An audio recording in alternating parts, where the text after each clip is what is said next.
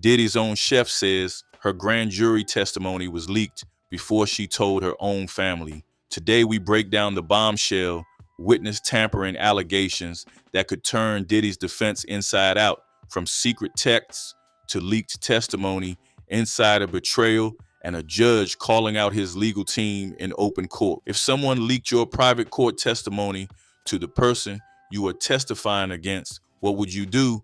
Drop your thoughts in the comments, and let's talk about how far is too far in a high-stakes case like this. Like and subscribe now. We're not done yet. You don't expect your name to hit a billionaire's desk before your own family hears it, but that's exactly what Chef Jordan says happened. As a former private chef for Diddy, she claims she testified in front of a grand jury on April 2nd, 2024, and less than 2 weeks later, Diddy's lawyer was already texting her. According to Jordan, it wasn't random. She says Neil Dominique, Diddy's former assistant, was the one who leaked her testimony. When a former employee says your inner circle is feeding witness info straight to you, that's not just unethical, it's dangerous. Witness protection can't work if the accused gets a head start. Now imagine that kind of betrayal playing out while the world watches Netflix. That's where this begins. Jordan didn't keep her accusations behind closed doors. She made them public. In a viral post, she directly addressed Neil Dominique, writing, "I don't know you from a can of paint, but I know what you did." She says Neil provided Diddy with addresses of witnesses,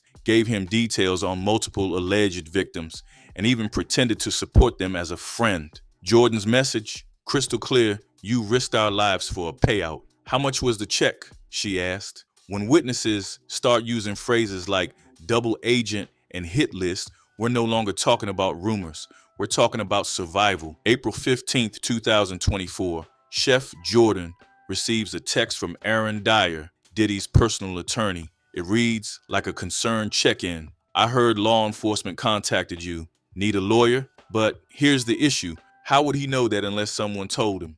Jordan had just testified on April 2nd, and she says she hadn't told her own family yet. So how did that info travel? According to her, Neil Dominique passed it up the chain. It's not just the message, it's the timing that's suspect.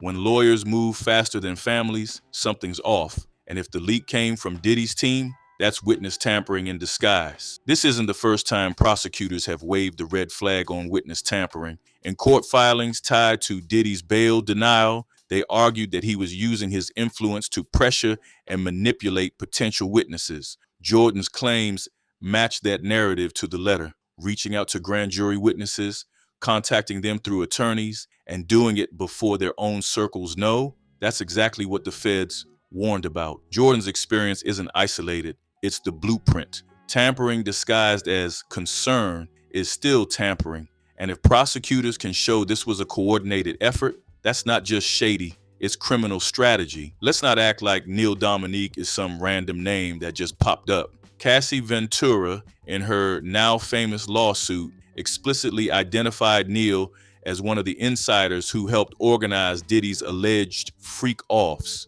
So when Chef Jordan points the finger at the same man, it doesn't feel like coincidence. It feels like a pattern. He wasn't just around Diddy. He was allegedly facilitating Diddy's darkest secrets. Chef Jordan didn't mince words. She accuses Neil Dominique of being a double agent, pretending to support victims while secretly acting as a mole for Diddy. She says he smiled in people's faces, only to funnel their details back to the man they were trying to escape. Addresses, emotional states, cooperation levels, it all allegedly went straight to Puff. In a case already defined by power abuse, betrayal cuts even deeper. Loyalty to monsters is betrayal to victims. It's one thing to be accused, it's another to record yourself doing it. In the Reckoning Netflix doc, Diddy is seen on video calling potential witnesses right after lawsuits were filed. One of those calls, to Kena Harper, just days after Dawn Richard went public with her accusations. Prosecutors now allege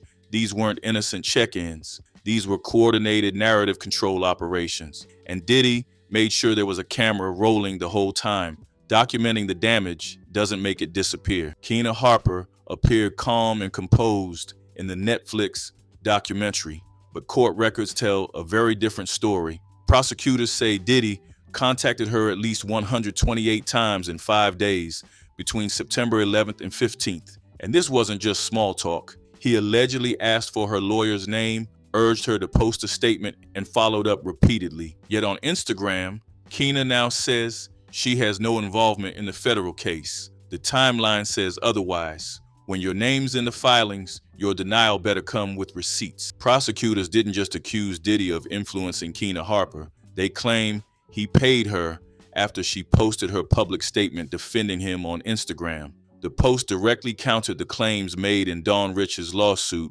which named Keena as a witness. That timing? Disturbingly convenient. If a witness receives money right after publicly siding with the accused, the implications are explosive. Payment turns testimony into propaganda. And if prosecutors can trace a money trail, it could elevate this from civil controversy to criminal conspiracy. Let's break it down. On September 11th, Diddy sent Keena a lawsuit in which her name appeared. They spoke for 6 minutes, then again for 4 more. Over 5 days, they exchanged at least 128 communications. Prosecutors say he repeatedly asked when her post would go live. On September 13th, it did. A statement backing Diddy posted to tens of thousands of followers. That's not coincidence. That's a campaign. Coercion doesn't always scream. It often whispers through calls and texts. The digital paper trail now reads like a strategy map.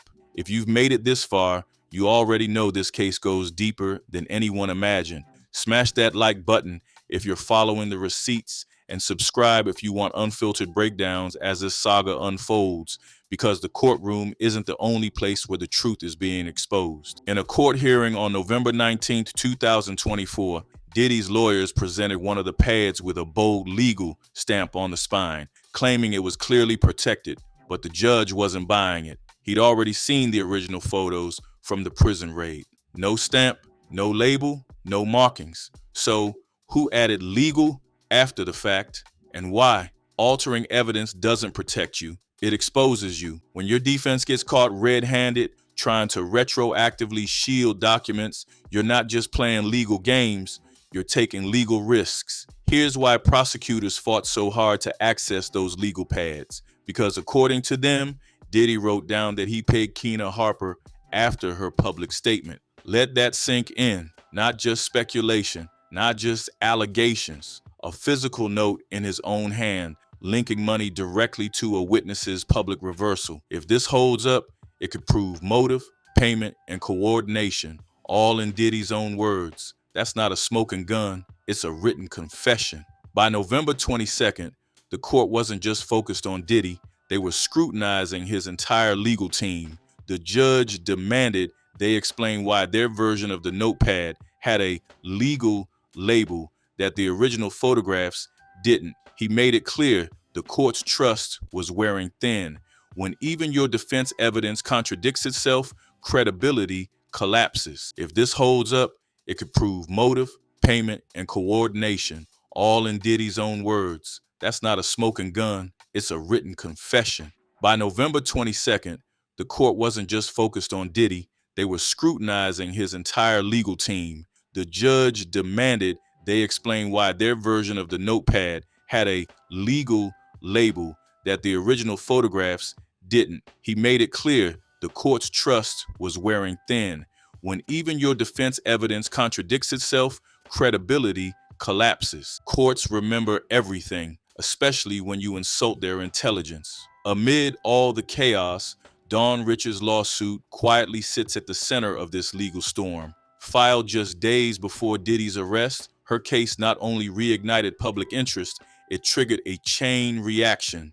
Prosecutors now believe that after Dawn went public, Diddy reached out to Keena Harper to craft a counter-narrative. That timing, too sharp to ignore. Dawn's suit didn't just allege abuse, it exposed linkages between accusers, timelines, and insiders. She connected the dots, and Diddy tried to erase the lines. It's not just Chef Jordan. Her story lines up with what prosecutors have already alleged in court and what multiple former employees have whispered behind the scenes. Grand jury leaks, backdoor contact through lawyers, private investigators watching the witnesses instead of the facts. The terrifying part, Jordan says she never even told her family she testified, and yet Diddy's lawyer texted her within days. This isn't a one-off scandal. It's a system unraveling in real time. From Cassie to Dawn Richard, from Keena Harper to Chef Jordan, the list of insiders and ex-employees telling similar stories is growing. Add the Netflix footage, the cell notes, and the timeline of pressure tactics, and it's not just a pattern, it's a playbook. The difference now? We're watching it all collapse on camera. If prosecutors link the cell notes, lawyer communications, and Netflix recordings under a coordinated tampering strategy, it could escalate everything. We're talking potential new charges, plea deals, or even RICO discussions. This case has already crossed into uncharted legal territory, and with more people breaking silence, it's only a matter of time before one of them flips. Pressure doesn't break stories, it breaks silence. Chef Jordan's open letter wasn't just emotional, it was a legal landmine. From leaked grand jury names to texts from Diddy's own lawyer, we now have receipts, recordings, and courtroom contradictions. The public now sees exactly how the narrative was managed, and the more they try to spin it, the more it spins out of control. Stick around, we'll be tracking the fallout, one truth bomb at a time.